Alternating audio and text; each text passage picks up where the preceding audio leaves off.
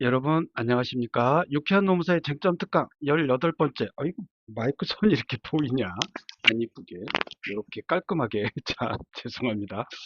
유쾌한 노무사의 쟁점 특강 18번째. 공무직 근로자에 대한 차별적 처우 판단 기준이에요.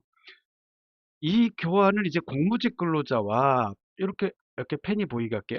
공무직 근로자와 공무원 간의 차별적 처우를 다룬 우리 대법원 23년도 9월 21일 판례죠. 2016-25594 전원합의체 판결을 완벽하게 분석하고, 특히 수험생 여러분들이 혼동하는 2011-2011도-5391 판결과의 입체적 비교를 통해서 사례형 문제 해결 능력을 극대화하기 위해서 제작되었습니다. 네, 자, 사건의 쟁점 보도록 할게요. 제가 지난 강의 때 말씀드렸죠. 제가 쓰는 AI 프로 버전의 도움을 상당히 많이 받고 있습니다. 저의 노무사 업무 비서로서 아주 훌륭해요.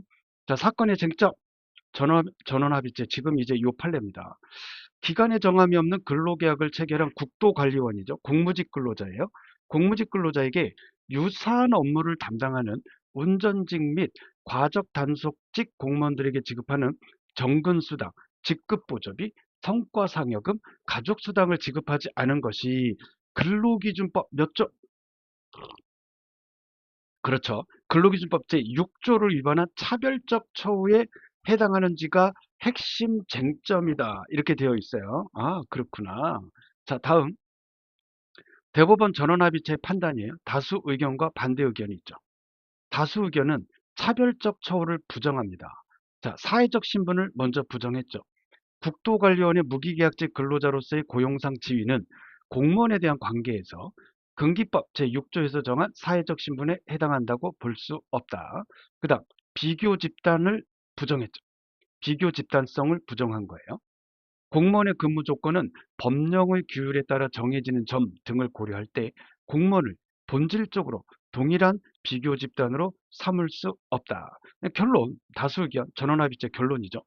따라서 불리한 처우에 대한 합리적 이유를 더 나아가 판단할 필요도 없이 국가가 국토관리원에게 차별적 처우를 했다고 볼 수 없다. 그러니까 불리한 처우에 합리적 이유가 없어야 차별적 처우잖아요. 근데 불리한 처우에 합리적 이유를 있느냐 없느냐 더 나아가서 따질 필요도 없다. 판단할 필요도 없이 국가가 국토관리원에게 차별적 처우를 했다고 볼 수 없다. 왜? 사회적 신분 부정했죠. 비교 집단성 부정했죠. 자, 그 다음 별개 의견이 있어요. 차별은 인정되나 합리적 이유가 존재한다. 차별에.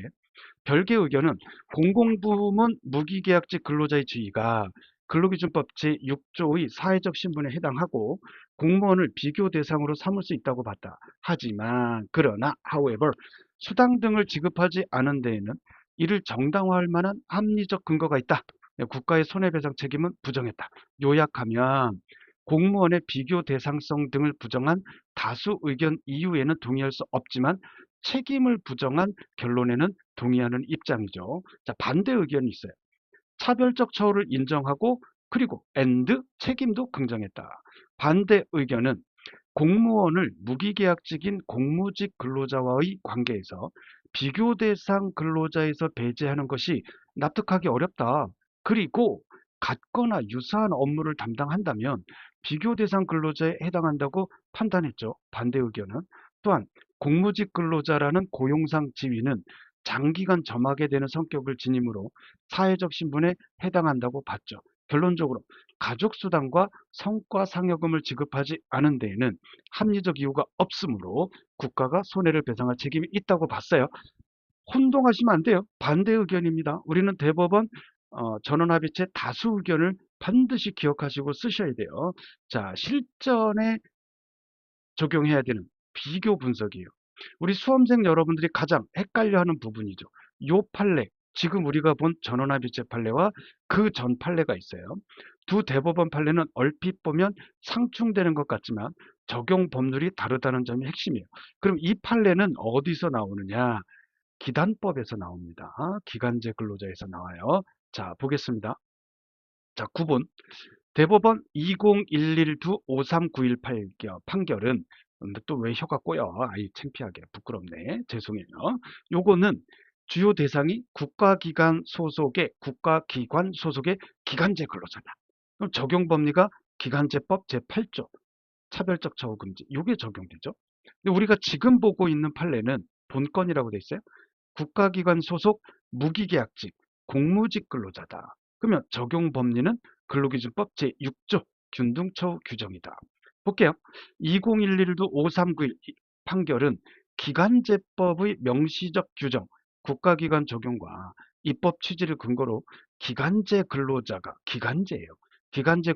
공무원을 비교 대상으로 삼아 차별 시정을 요구할 수 있다라고 판시한 거고, 지금 보고 있는 요 판례는 2023년 선고된 2016-25594 입전원합의체 판결은 무기계약직이잖아요. 기간제가 아니고. 무기계약직은 기간제법이 아닌 근로기준법 제6조가 적용되는데, 헌법상 직업공무원제도의 특수성을 이유로 공무원을 근기법상 차별 비교 대상으로 삼는 것을 원천적으로 부정했다라고 보시면 됩니다. 자, 그러면 답안 작성 시크릿 노트. 제가 업무 비서로 쓰는 AI 프로 버전이 참 이런 이쁜 문구를 만들어줘서 제가 이건 별도로 수정하지 않았어요. 자, 문제에서 여러분들이 이제 접하게 되는 문제에서 국가기관, 공공기관의 차별 사례가 출제될 경우 주인공, 뭐 갑선생님이든 을선생님이든 요 주인공 선생님의 신분이 기간제 근로자인지 아니면 기간에 정함이 없는 공무직, 무기계약직인지 정확히 짚어내야 돼요. 요거 출발선의 첫 단추를 잘못 깨면 답안이 완전히 스텝이 꼬입니다.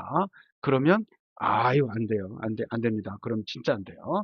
자, 주인공 선생님의 고용 형태에 따라 적용 법리와 비교 대상, 인정 여부가 완전히 달라진다는 점을 답안에 포섭한다면 고득점을 받을 수 있겠죠. 자, 이렇게 해서 유쾌한 노무사의 쟁점 특강 제18번째 공무직 근로자에 대한 차별적 처우 판단 기준 이상 마치도록 하겠습니다. 밖에 비가 굉장히 많이 와요. 제가 첫 인사 때 이거 드렸나요? 밖에 나가봤더니 비가 어마무시하게 많이 오더라고요. 오늘은 2026년 7월 14일 화요일 저녁 지금 7시 30분이 다 되어 가는데 비가 엄청나게 많이 옵니다. 제가 있는 곳 고양시 화정은 항상 안전운전하시고 안전에 신경을 더 많이 쓰시기 바랍니다. 불꽃처럼 매 순간 버티고 이겨내시기 바랍니다. 강력하게 응원 드리겠습니다. 감사합니다. 임재진 노무사였습니다. 화이팅!